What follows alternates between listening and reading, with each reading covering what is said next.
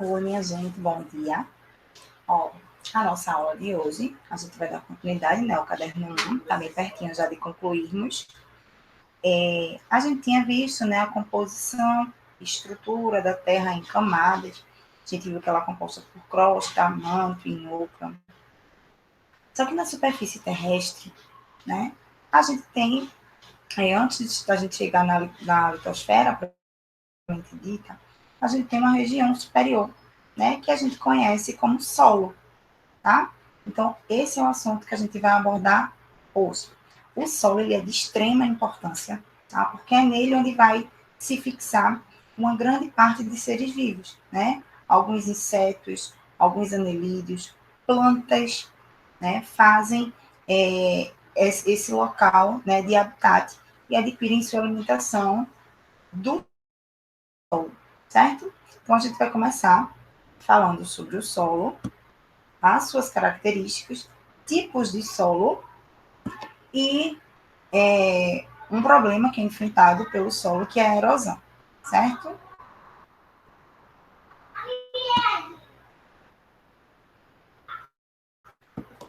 Vamos lá.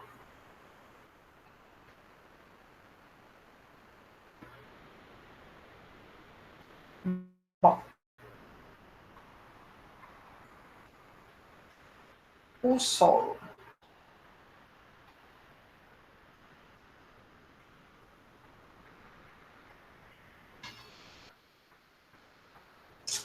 Vamos lá?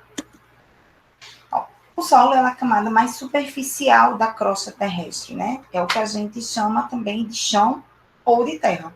É um elemento natural e é de importância extrema para a vida de várias espécies, né? Porque é fonte de nutrientes e, às vezes, é até o habitat de determinados organismos, tá? Quando a gente fala de solo, é essa superfície aqui, acima da litosfera, né? Acima da crosta, certo?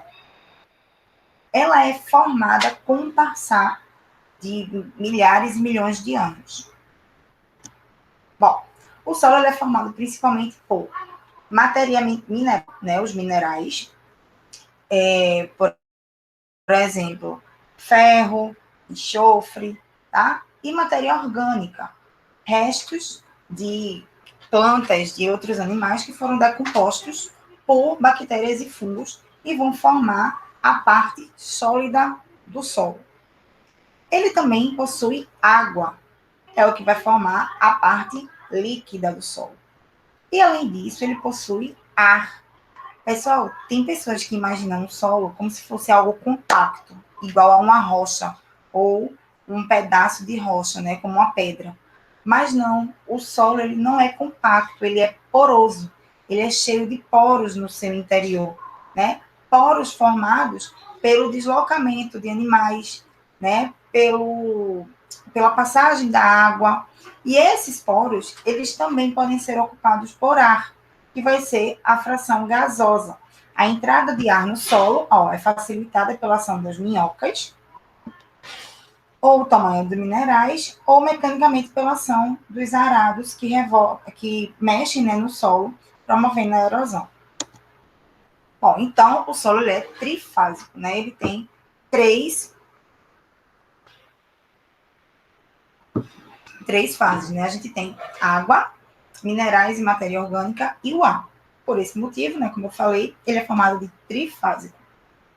No entanto, as proporções com que cada material vai compor o solo vai depender do tipo ou da natureza do solo.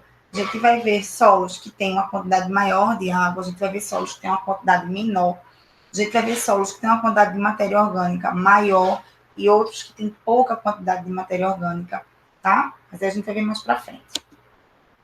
Bom, e aí, como é que se formou o solo? Como é que o solo é formado? Sempre teve o solo? Não. A gente tinha, né, a parte da crosta e a gente tem as rochas. Essas rochas é a fragmentação delas que vai formar o solo. A gente falou desse processo aqui, ó, chamado de intemperismo. Lembra que a gente falou dela lá no processo de rochas sedimentares, a formação de rochas sedimentares. A gente falou sobre o intemperismo. O intemperismo são... deixa eu voltar aqui. Então, o intemperismo são processos, né, desenvolvidos por ações da natureza, vento, água, chuva, qualquer mudança, né, que faça com que eu consiga degradar uma rocha, liberando pequenos fragmentos, tá? Bom, tá aqui, intemperismo, ele diz que são mudanças sofridas na rocha matriz, que, pela ação da chuva, vento, variação de temperaturas, fazem com que essas rochas matrizes, elas soltem fragmentos, né, e demora cerca de 100 a 400 anos para se formar 1 centímetro de solo. Então, veja que o solo que a gente está pisando hoje, né, ele já foi formado há um bom tempo atrás. Bom, então, como atua o intemperismo? O intemperismo é um conjunto de processos químicos, físicos e biológicos que, em conjunto, vão atuar sobre as rochas expostas ao ar e à água. Geralmente, esses processos, ou também chamados de fenômenos, atuam mais do que os outros. O processo biológico é o que menos vai atuar na formação do solo, né, quando a gente fala de processo físico e químico. A força do intemperismo varia de acordo com a região com o clima das regiões. Em regiões mais úmidas, a força das intempéries, né, são maiores que em regiões de clima mais secos. A resistência desses minerais à ação do intemperismo também varia. Bom, vamos lá. Intemperismo físico, né? O intemperismo físico, ele vai ser mudança na temperatura que vai desgastar as rochas, certo? Os minerais constituintes das rochas, como por exemplo quartzo e feldespato, têm diferentes coeficientes de dilatação. O que é isso? Quando a temperatura varia, né, esses minerais, eles têm propriedades específicas, certo? Eles têm ponto de ebulição, eles têm ponto de fusão, eles têm ponto de dilatação. Então, a variação de temperatura fazem com que esses minerais eles se comportem de maneiras diferentes. No caso, né, do quartzo, quando ele está sob o calor, ele dilata, ele se expande 3 vezes mais do que o feldespato. Então, ó, se eu tenho ali uma rocha e um dos meus minerais componentes está se dilatando, está aumentando, né? Eu vou fazer o que com essa rocha? Eu posso acabar abrindo uma fissura, tá? E aí eu acabo abrindo uma fissura na rocha, tá? Como essa daqui, ó, eu abro fissuras e ali eu vou eliminando partículas, certo? E em épocas de temperaturas muito frias, a água ela chega a se infiltrar nessas fraturas, congela e também dilata. E aí causa fraturas ainda maiores nas rochas, certo? Esse é intemperismo físico. Eu não mudei o químico, eu vou mudar a composição, tá? Eu não mudei nada, eu só fiz com que ele, né, aumentasse ou diminuísse de tamanho, dependendo da variação de temperatura. Bom, o intemperismo químico, ele tem como agente principal a água, né, com grande concentração de gás carbônico, alto teor de ácido úmico, que acaba por dissolver os vegetais. Vai ocorrer, ó, reações químicas, diferente lá do intemperismo físico, que vai resultar na alteração dos minerais que compõem as rochas. Justamente, eu transformo minerais que pré-existentes na rocha, né? Eu acabo, ao unir eles com água, eu acabo fazendo uma reação química e transformo esses minerais em outros componentes. Fiz aí um intemperismo químico, tá? O intemperismo biológico é um processo que vai acontecer pela ação dos seres vivos, como bactérias que vivem em rochas ou pela ação das raízes das plantas que podem vir a penetrar em rochas profundas e acabar causando essas fissuras, tá? Mas aí, como quem ocasionou essa fissura foi um ser vivo, né? Foi um organismo vivo, esse intemperismo é um intemperismo biológico. Em resumo, esses três tipos de intemperismo, eles vão ser fenômenos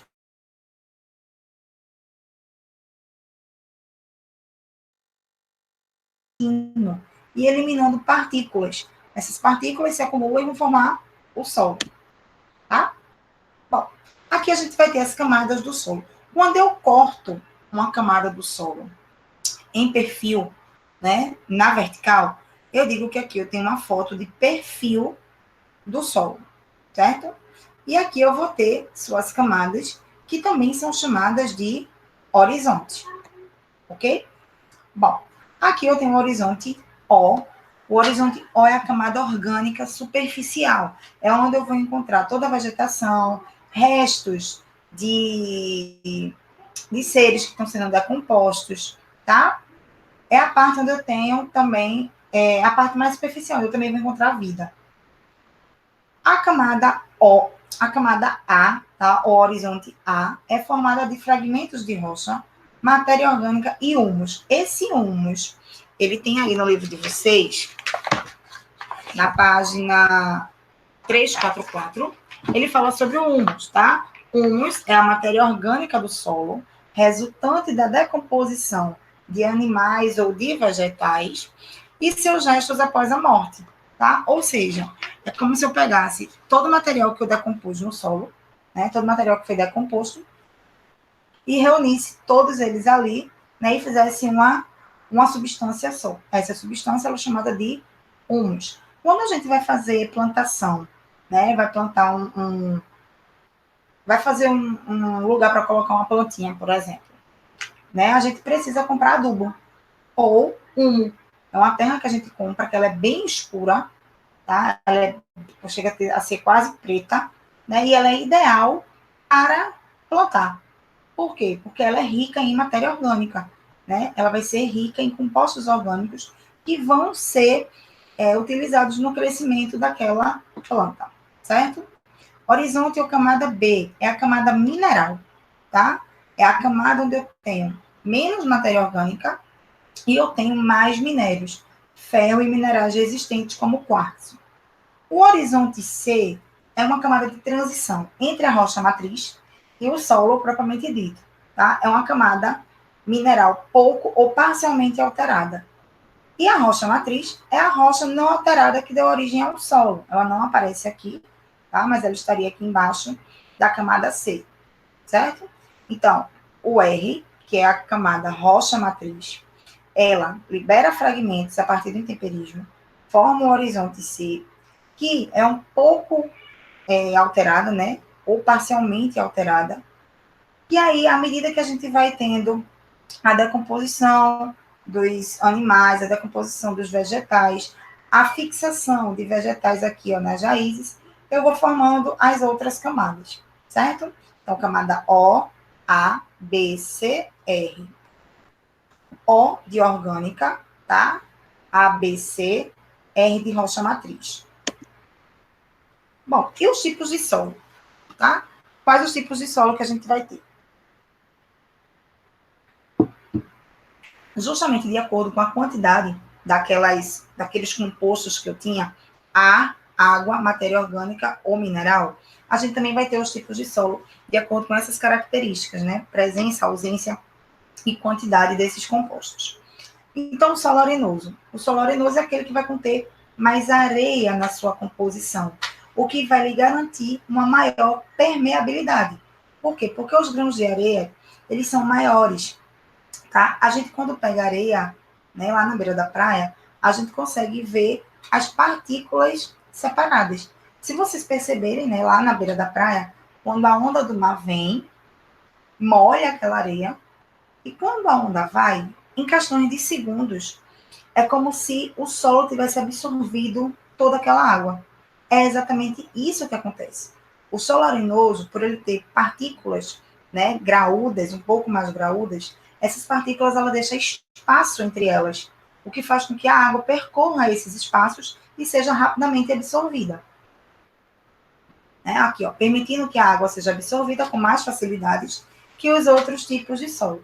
Porém, né, por ser mais, por absorver mais rapidamente a água, também é o tipo de solo que está mais exposto à erosão, né? Qualquer coisa que penetrar aí, por ser de fácil absorção, faz com que esse solo ele consiga se segregar, se separar. O solo argiloso, né, das argilas, é constituído com mais de 30% de argila com relação às outras partículas sólidas. Suas partículas são finas, tá? São partículas finas. Opa. São partículas finas, por isso é menos permeável, ou seja, não permite que a água passe com facilidade. Pessoal, esse solo, as partículas são tão finas, tão ligadas, que eles chegam praticamente a ser quase compacto, certo? É como se eu pegasse, fizesse um bolo, uma massa, né? E eu não conseguisse fazer com que a água, ela penetrasse ali. Não é que ela não vá penetrar, tá, minha gente? Mas ela vai ter uma demora muito maior para poder passar por dentro dessas partículas, por dentro desse solo, tá? E aí ele fica facilmente encharcado no período chuvoso, tá? Por quê? Porque ele vai, né, demorar para fazer esse escoamento, para fazer essa passagem dessa água, essa absorção dessa água. Porém, quando está no período seco, ele fica tão compacto que a sua porosidade diminui e ele fica menos arejado possível, ele fica com pouquíssimo ar, né? E aí ele costuma rachar, ele fica tão seco que ele racha. A terra roxa é um tipo de solo argiloso de origem de decomposição de rochas basálticas. São aquelas. Geralmente é um tipo de solo encontrado próximos a vulcões, tá? No Brasil, esse tipo de solo está presente nos estados do sul, sudeste, da região sul e sudeste, como São Paulo, Minas Gerais, Rio Grande do Sul. E é perfeito para a agricultura, tá? Plantação de café, algodão, laranja e também cana-de-açúcar. Outro tipo de solo argiloso é o massapê. Ele ocorre aqui no nosso litoral, no litoral do Nordeste, tem origem na decomposição de rochas guinese e calcárias de tonalidades escuras. Ele é bastante utilizado para a plantação de cana-de-açúcar. E aqui em Pernambuco, né, a gente utiliza a plantação de cana-de-açúcar desde o litoral e toda a zona da mata. E aí esse solo, né, ele é ótimo para a plantação da cana-de-açúcar. Solo umífero. Pessoal, se vocês perceberem, né, todos os nomes, eles já dão uma dica daquilo que eles vão ter em maior composição. Né? Solo arenoso, areia. Solo argiloso, argila. Solo umífero, humo. É um solo rico em humo, tanto de origem vegetal, né, como raízes e folhas, quanto de origem animal, derivados de matéria orgânica. Bom, um exemplo muito conhecido é o humus que é produzido pela minhoca. Né? É um solo de cor escura, também conhecido como terra preta, muito utilizado na agricultura, por ser rico em nutrientes para as plantas. Ok?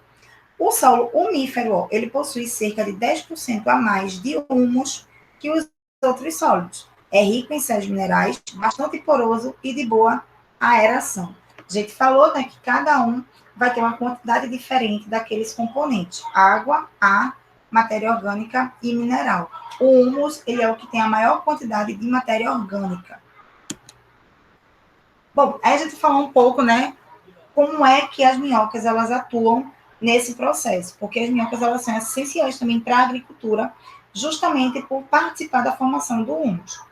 Então, as minhocas, elas são animais subterrâneos, vão se abrigar, né, vão se esconder da luz direta do sol, que elas representam a respiração cutânea.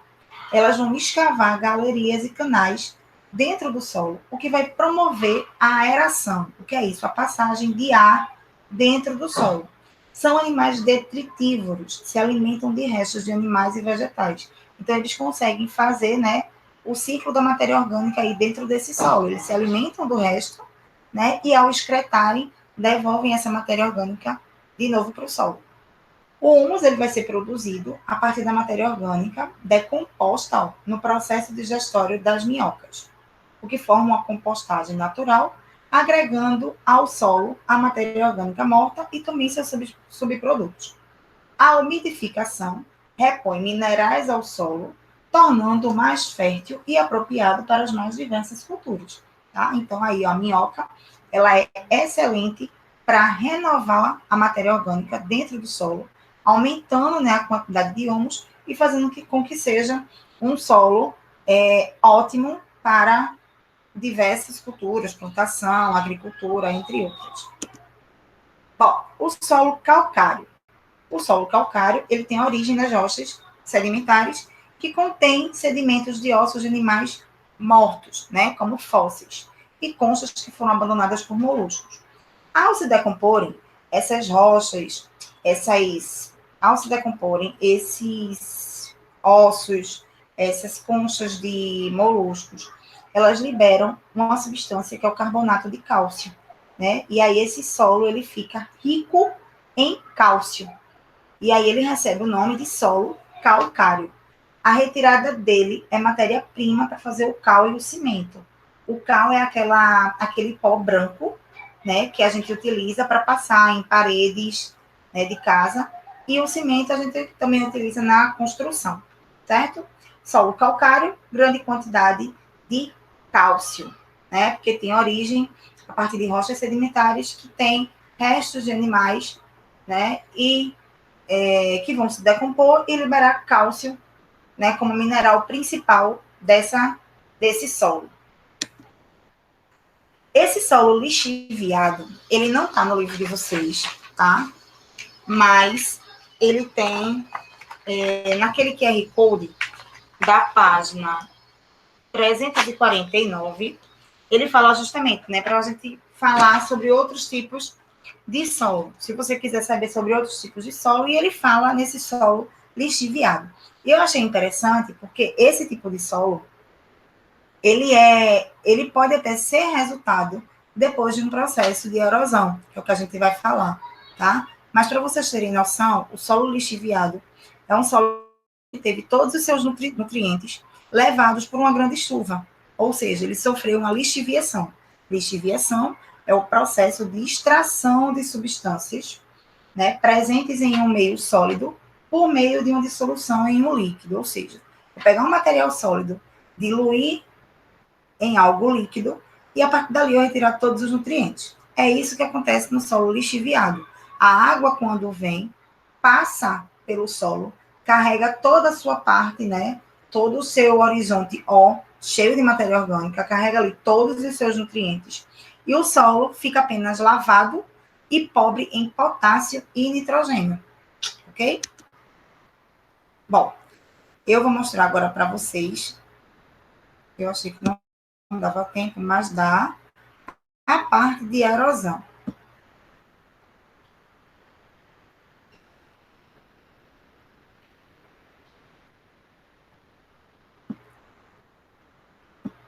Deixa eu só parar aqui.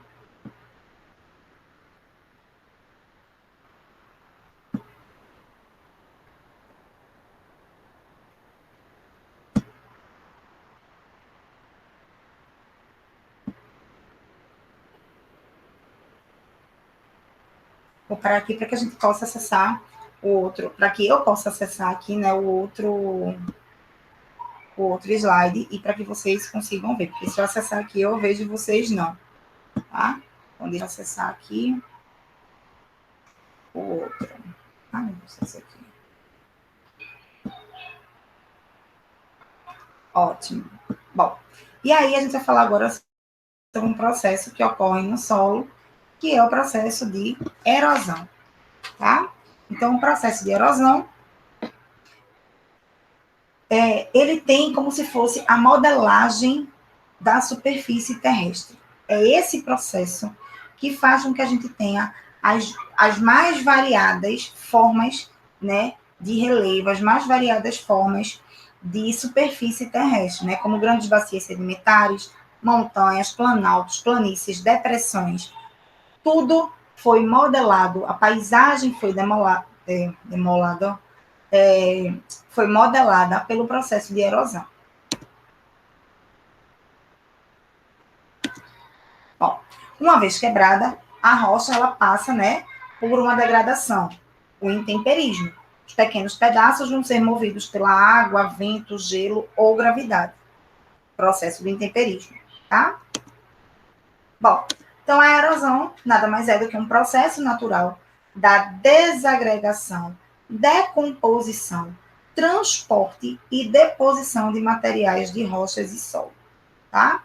O processo de desagregação e remoção de partículas do solo ou fragmentos de rocha pela ação combinada da gravidade com a água, vento, gelo ou organismos, certo? Então, aqui eu tenho exemplos, né, de uma erosão eólica. Eólica é porque foi ocasionada pelo vento.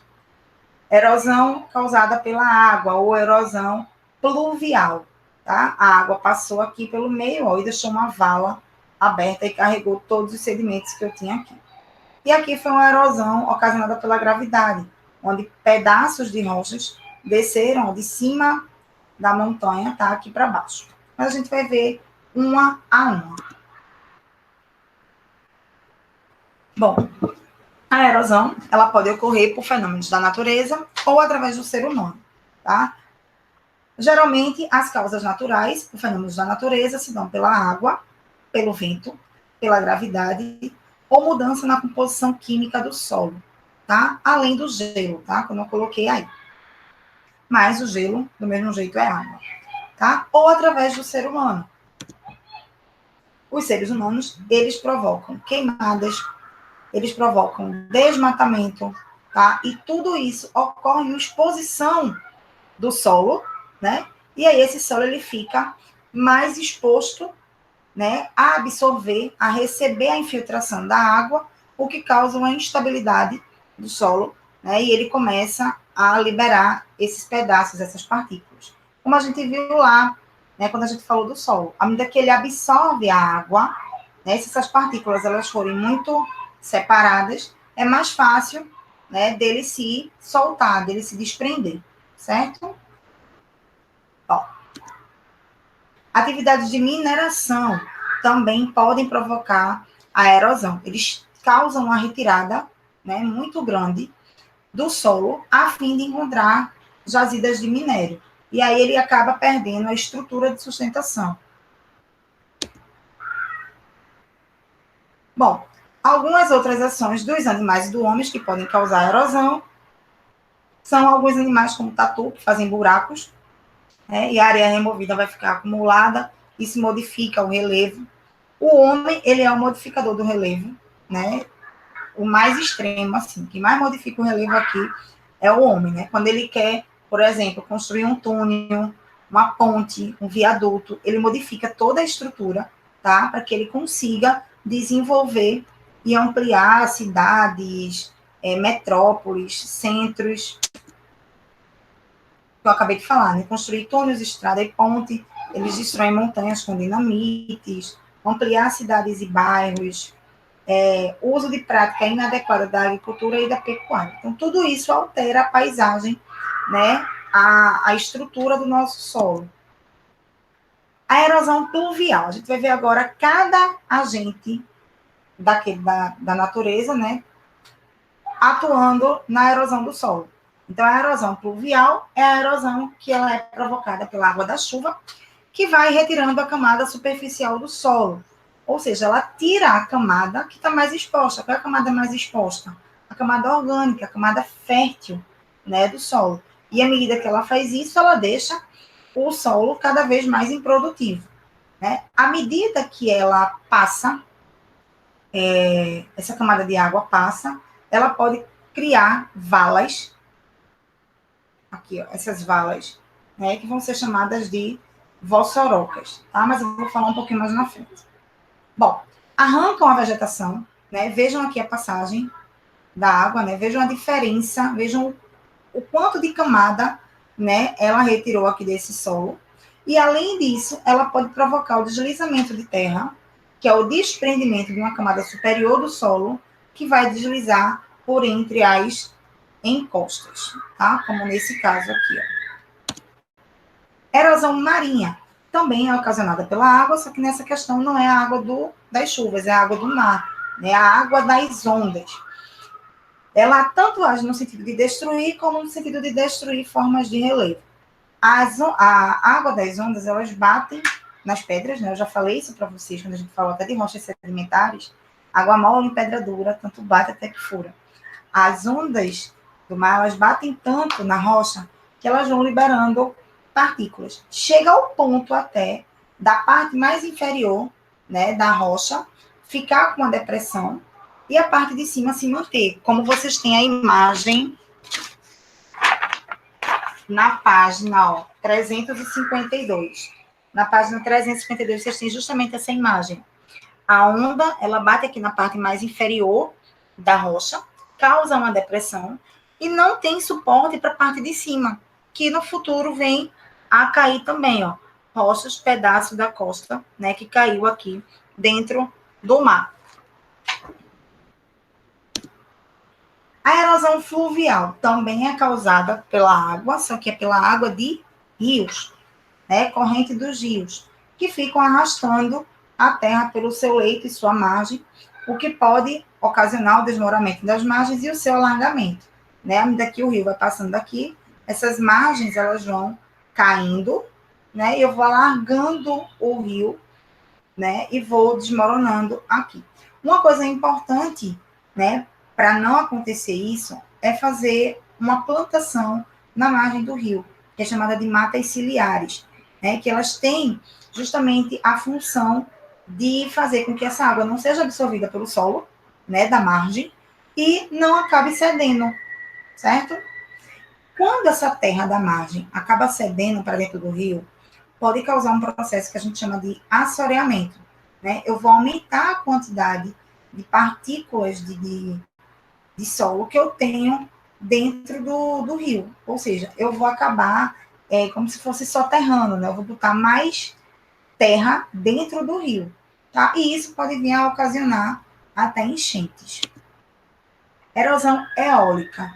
Eólica vem de vento, tá? Então, a erosão que é ocasionada através do vento. O vento vai retirar o material da superfície do solo.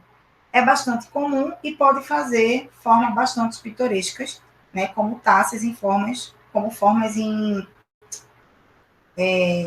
como esculturas em formas de taças e cogumelos, tá? Tudo isso aqui não foi ninguém que chegou para esculpir, foi o próprio vento. O impacto é tanto maior quanto mais forte for o vento, claro. Se você tiver um leve sopro aí, né, você não vai retirar tantas partículas. Se você tiver um vento forte, você acaba arrancando uma quantidade maior de partículas aí da superfície do solo, ok? O transporte e a deposição de grãos de areia pela ação do vento podem formar dunas, tá? Capazes de arruinar grandes áreas agrícolas e invadir cidades. Eu não sei se vocês já viram, né? Na região desértica, tem aquelas tempestades de areia, né? Pra vocês terem noção de como o vento é e do como ele consegue realmente carregar essas partículas soltas, ok? Erosão glacial também é formada, né, pela água, porém a água agora no estado sólido, o gelo, né? As geleiras elas se deslocam e provocam a erosão e a sedimentação glacial. Além disso, quando ocorre o aumento da temperatura, essa água, né, esse gelo, ele derrete e ele vira no estado líquido. E essa água no estado líquido, ela pode se infiltrar nas rochas. Depois ela acaba congelando e ao congelar ela se expande e causa aquelas mesmas fissuras lá na rocha. E aí ela pode quebrar essa rocha, tá? E causar a erosão do solo. Pela gravidade, eu também falei para vocês, né? É o movimento das rochas ou de sedimentos seguindo a força da gravidade, né? Vindo para baixo, no sentido para o centro da Terra. Então, aqui a gente tem ó, uma rocha, né? Que desceu a montanha e deixou esse rastro aqui, ó. Esse processo de erosão aqui em cima do solo, tá? Onde eu estou passando aí o mouse. Então, deslize numa montanha, a água debilitou o solo em razão da força da gravidade. E aí, problemas do solo, né, quando ocorre a erosão. A gente já falou da lixiviação, né, que é quando a lavagem do solo carrega todos os nutrientes e deixa ele pobre.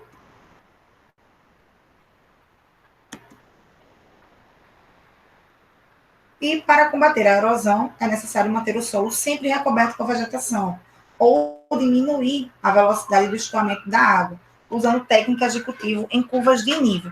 A gente tem tem três maneiras, né, de evitar a erosão que o livro traz. né, 3 técnicas, podemos assim dizer. Uma são as curvas de níveis, né? Em vez de você pegar um solo que você seja em forma de montanha, né? Em vez de você deixar a água escorrer, a gente cria como se fossem círculos ao redor dessa superfície, né? Porque aí ela vai descendo gradativamente. Ela não desce ladeira abaixo, ela vai descendo gradativamente. Tem também, ó, ele traz na página 354, curvas de níveis, tá? O terraceamento. O terraceamento é fazer degraus no solo, justamente para diminuir, né, a descida da água. Ou faixas de retenção, tá? São 3 técnicas, né, que ele traz no livro para a gente poder evitar a erosão. Bom, essa aí é a vossoroca, também chamada de bossoroca ou de ravina. Quando ocorre a passagem da água, né, pelo solo, ocorre a formação de uma vala, né? Essa vala ela é chamada de vossoroca.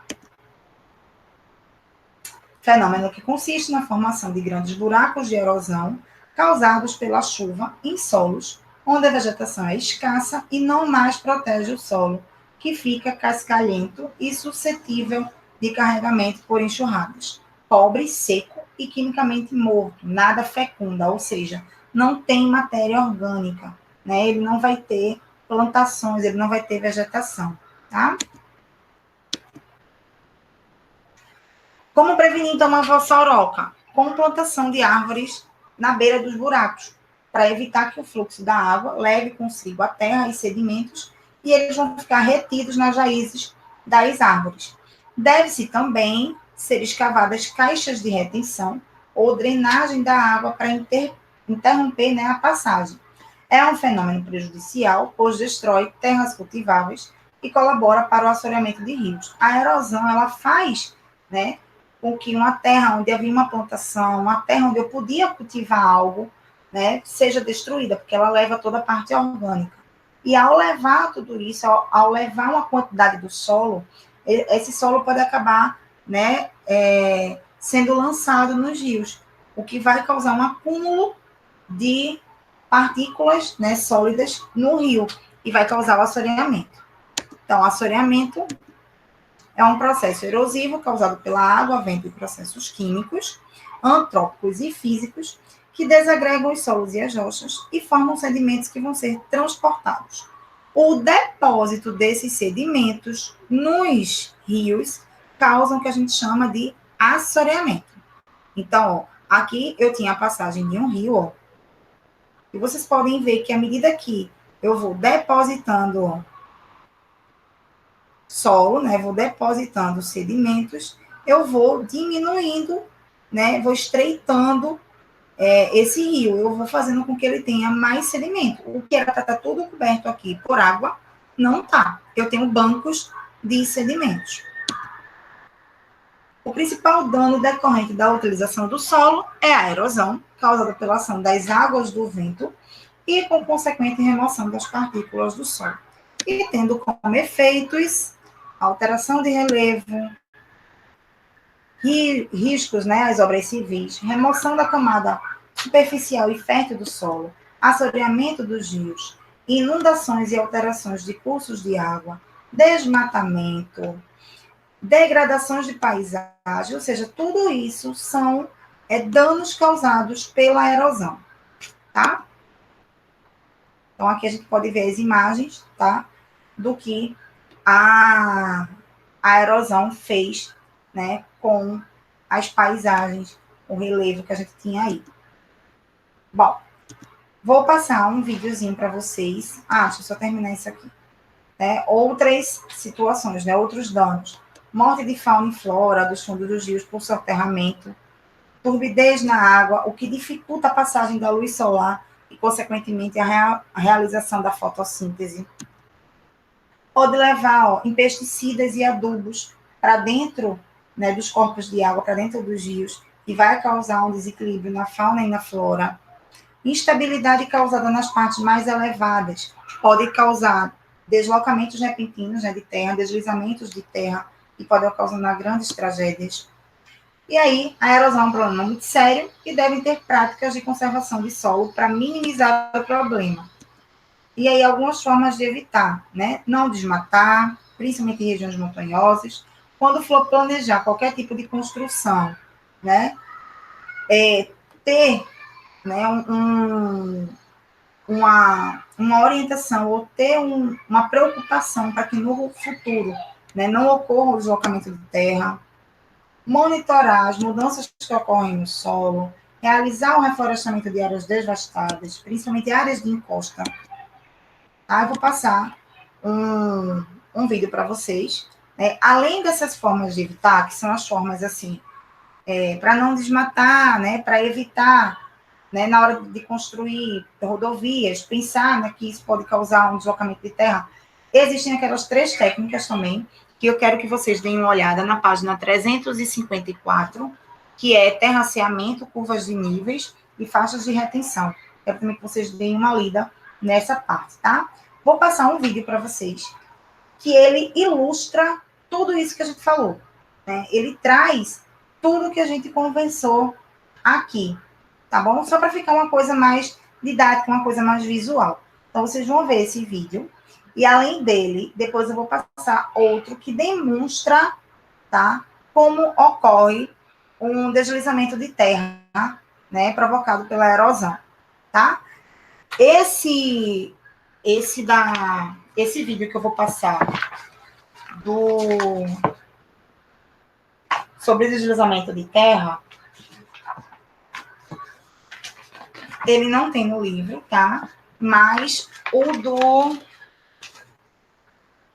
do solo é um QR Code da página 349, tá? Eu já vou deixar ele aqui disponível para vocês não terem nem que precisar pegar o QR Code e tudo, eu já vou deixar ele aqui para vocês, certo? Deem uma olhadinha no vídeo, nos vídeos, espero que gostem. Qualquer dúvida sobre o conteúdo, podem entrar em contato comigo, tá? Vocês vão realizar a atividade, né, do capítulo, eu vou deixar as páginas aqui inscrito, tá? E até a próxima semana. Um beijo para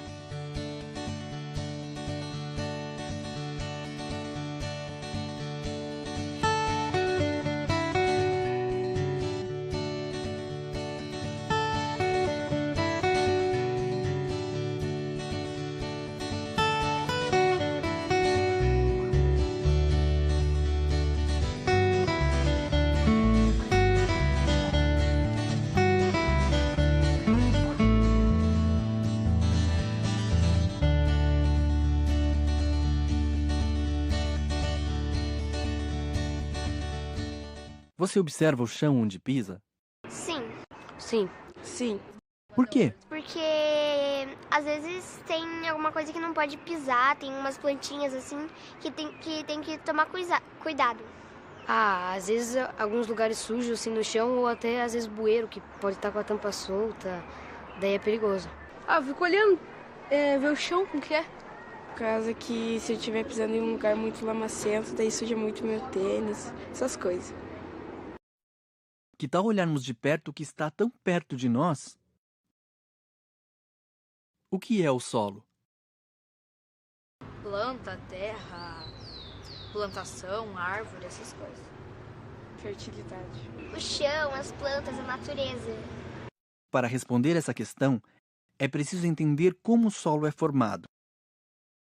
Para a gente começar essa história, a gente tem que ter uma ideia de tempo. O tempo para o homem nascer é um tempo muito curto, questão de meses. Agora o solo, a rocha em si, para ela poder apodrecer e formar o solo, já são milhares até milhões de anos. O solo é formado a partir de um corpo duro, um corpo compacto como a rocha. Essa rocha, por processos de intemperismo, ou seja, de apodrecimento dessa rocha, ela vai liberando esses minerais que compõem a rocha. Então essa rocha vem à superfície da terra, ela vai sendo atacada por água e por temperatura junto com os organismos e vai sendo apodrecida. Esse apodrecimento começa a liberar os constituintes dessa rocha junto com a matéria orgânica, aí começa a crescer planta, já vai caindo folha, galho, vai apodrecendo também e nós começamos a formar o solo ou os horizontes do solo. Então nós vamos ter nesse solo formado, à medida que o solo vai envelhecendo, a rocha vai ficando cada vez mais distante da superfície, que ela vai sendo atacada de cima para baixo. Então um solo muito velho, a rocha está muito distante da superfície, que ela foi muito apodrecida durante milhares e milhões de anos. O solo é constituído por partículas de diferentes tamanhos: areia, silt e argila. Por matéria orgânica formada pelo acúmulo e decomposição de resíduos vegetais e animais. Ar e água que preenchem os poros do solo. E nutrientes para as plantas, dissolvidos na água e grudados na argila e humus do solo. Observe este solo. Veja como existem diferentes camadas. Quando nós vamos estudar o solo, não podemos olhá-lo simplesmente pela superfície. Temos que olhá-lo por dentro. E justamente para olhar por dentro, nós vamos utilizar o perfil do solo. O perfil do solo permite que nós observemos as camadas que o compõem. A primeira camada que compõe o solo é o horizonte A. O horizonte A é um horizonte mineral que tem um pouco mais de matéria orgânica. Por este motivo, ele apresenta normalmente cores mais escuras, mas em regiões mais quentes pode ser até um pouco mais claro. O horizonte seguinte é o horizonte B. O horizonte B é um horizonte mineral com menos matéria orgânica. Em geral, o horizonte B apresenta colorações avermelhadas ou amareladas que caracterizam este tipo de horizonte. E finalmente o horizonte C, que está abaixo muitas vezes do horizonte B ou mesmo do horizonte A. O horizonte C ele é um horizonte de transição entre a rocha e o solo propriamente dito. Nenhum desses horizontes é obrigatório. Tem solos que somente têm o horizonte A e a rocha, tem solos que têm o horizonte A, o C e a rocha, e tem solos que têm os três horizontes. A camada R é a rocha propriamente dita, que pode ser então o material de origem que formou esse solo. O horizonte O é um horizonte que ocorre em alguns solos, formado pela acumulação de resíduos orgânicos que são importantes para a proteção desse solo. Os solos não são iguais porque são formados por diferentes rochas, climas, relevos e vegetação. Observe esse solo num relevo inclinado. Neossolo, horizonte A e rocha. Pouca capacidade de armazenar água, menos vegetação. Cambissolo, solo pouco profundo, pequeno horizonte B. E um solo muito profundo. Latossolo, apresenta um horizonte B mais desenvolvido. E agora, um banhado. Organossolo, muita matéria orgânica, muita água e poucos nutrientes. E um solo no litoral. Espodossolo, solo arenoso, pobre em nutrientes e água. Existem solos na cidade? Não sei. Tem praças, assim, perto de rios, um monte de lugares, até às vezes em escola, assim. Acho que em todo lugar tem, né? Sim, debaixo do concreto. Nas cidades, o horizonte A é removido e o solo é coberto pelo asfalto, calçadas, casas e edifícios. Assim, as águas das chuvas não se infiltram, provocando enchentes. O solo não suporta mais as plantas, o que provoca erosão e sua destruição.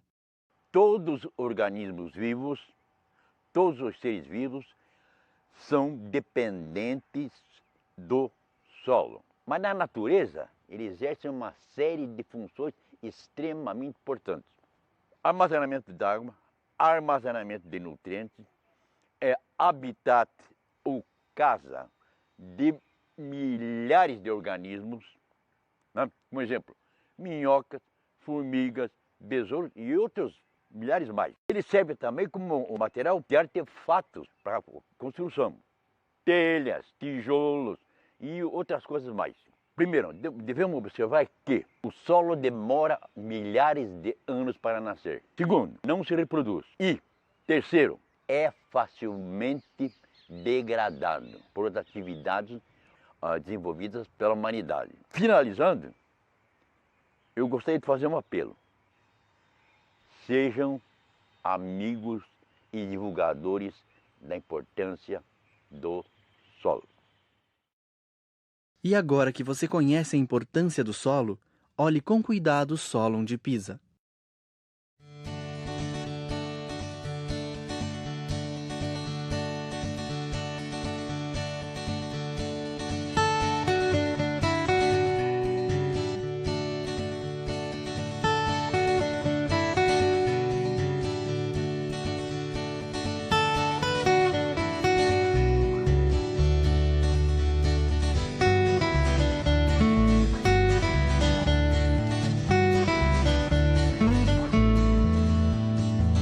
Provocando ainda mais chuva.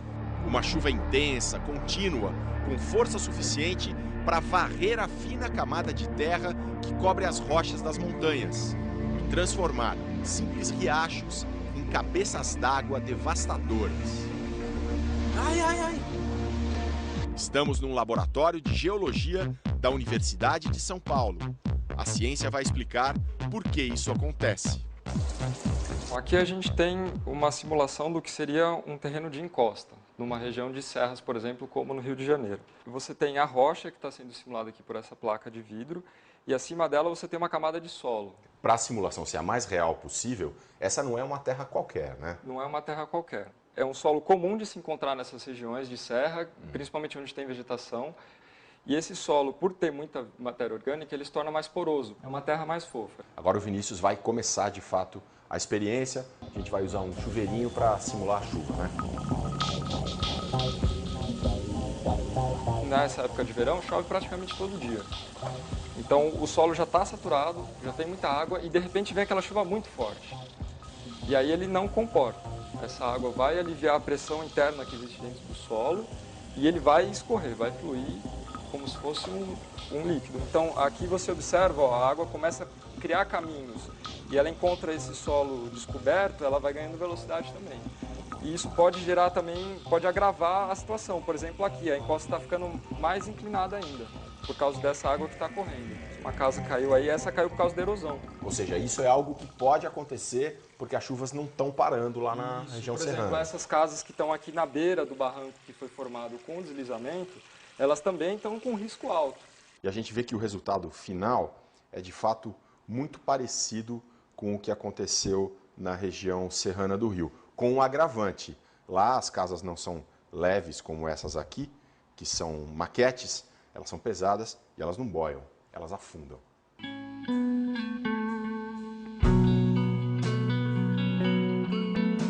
O deslizamento ele ocorre, a gente sabe os fatores. O absurdo é que pessoas morram com isso, porque são fatores que a gente conhece. Não é um terremoto, não é um furacão, uma coisa difícil de prever. O ideal é não ocupar. Se já está ocupado, remanejar. Se não consegue remanejar, monitorar. Choveu a partir de um limite que eles sabem que começa a ficar perigoso, dá um alarme. Vamos evacuar. Estamos em Cubatão, a 45 quilômetros de São Paulo. A cidade cresceu junto à Serra do Mar, a mesma cadeia de montanhas onde ficam os municípios do Rio devastados pelas chuvas. Então aquilo que nós vimos no laboratório, numa simulação, agora a gente vai ver como acontece na realidade. Aqui as vertentes, as encostas são de alta inclinação, de grande inclinação. E já em si traz uma instabilidade muito grande. Os escorregamentos são parte integrante e natural da Serra do Mar.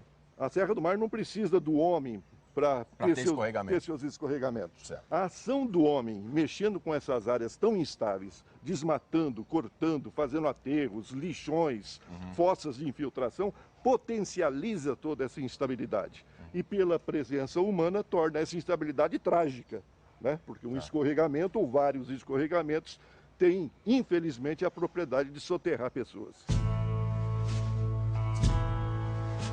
Essas casas, elas praticamente ficam penduradas na encosta.